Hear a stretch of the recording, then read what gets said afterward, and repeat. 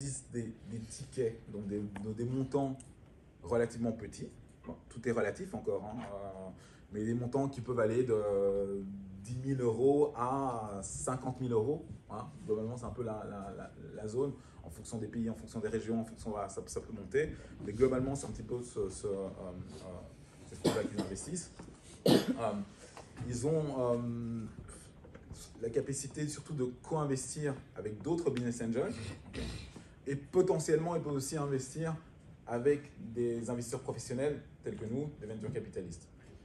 Alors les venture capitalistes, ils mettent des tickets d'investissement un peu plus importants. En général, c'est très rare qu'ils mettent des tickets d'investissement en dessous de 100 000 euros. Okay. C'est vraiment le montant, on va dire, minimum. Et ça peut aller jusqu'à des dizaines de millions d'euros par société. Mais là, on sort de ce qu'on appelle le early stage, qui est le début de la vie des entreprises. Mais globalement, sur le early stage, ça va de 100 000 à 4-5 millions qu'on peut mettre par ticket d'investissement.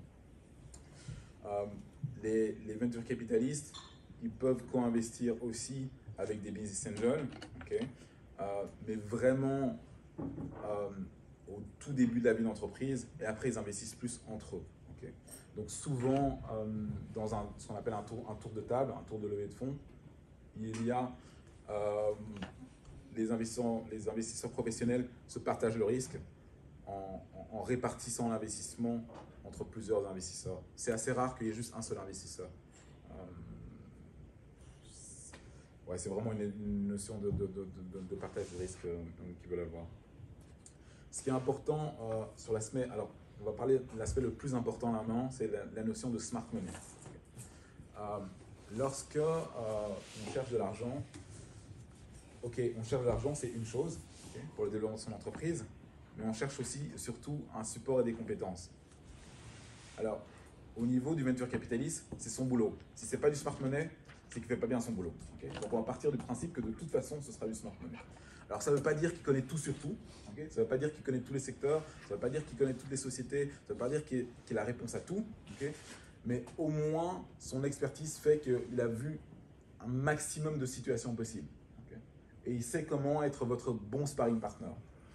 En revanche, un business angel, en général, un bon business angel va investir que dans une typologie de secteur qu'il connaît. Soit parce qu'il a une affection particulière pour ce secteur, soit parce qu'il a travaillé dans ce secteur, soit parce qu'il a monté une société dans ce secteur, mais il a logiquement un affect particulier pour l'entreprise dans laquelle il est investi. Et d'expérience, c'est assez rare les investisseurs, les business angels qui investissent dans des secteurs qu'ils ne connaissent pas du tout, pour lesquels ils n'ont aucun intérêt. Là, ça fait partie de la partie, on va dire, des fools dans les 3F qui investissent juste comme ça, et ce n'est pas souvent les meilleurs investisseurs qu'on va avoir, parce que c'est ceux qui vont, et là on va parler de la gouvernance, c'est ceux qui vont vous appeler